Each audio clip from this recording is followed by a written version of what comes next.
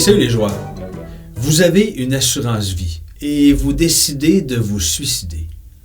Est-ce que l'assureur va vraiment payer les montants qu'il s'est engagé à payer si jamais vous perdez votre vie? Oui et non. On regarde ça ensemble.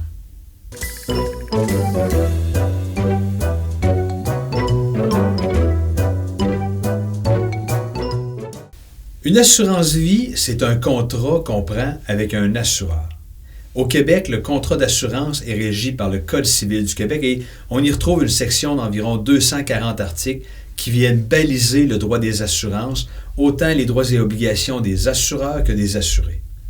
Vous pouvez prendre une assurance vie qui prévoit que lors de votre décès, l'assureur va payer un montant d'argent à une personne que vous désignez ou à votre succession, en quel cas ce sera partagé entre vos héritiers. Habituellement, les assurances vous protègent contre des événements hors de votre contrôle. Donc, vous planifiez que si un événement se produit, vous aurez droit à un montant d'argent. Mais si vous faites le nécessaire par vous-même sur une base volontaire pour que l'événement se produise, alors ça n'aurait pas de sens que l'assureur doive vous payer pour des gestes que vous avez vous-même produits.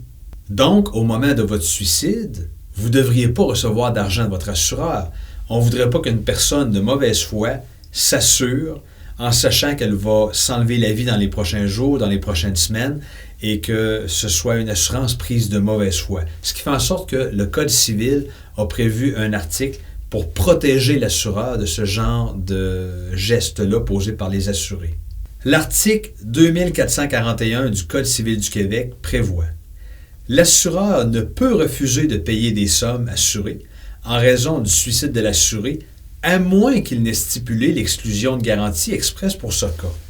Donc, qu'est-ce que ça veut dire? Ça veut dire que la loi a permis aux assureurs de marquer dans leur contrat d'assurance qu'ils ne paieront pas l'assuré sur une assurance vie s'il se suicide.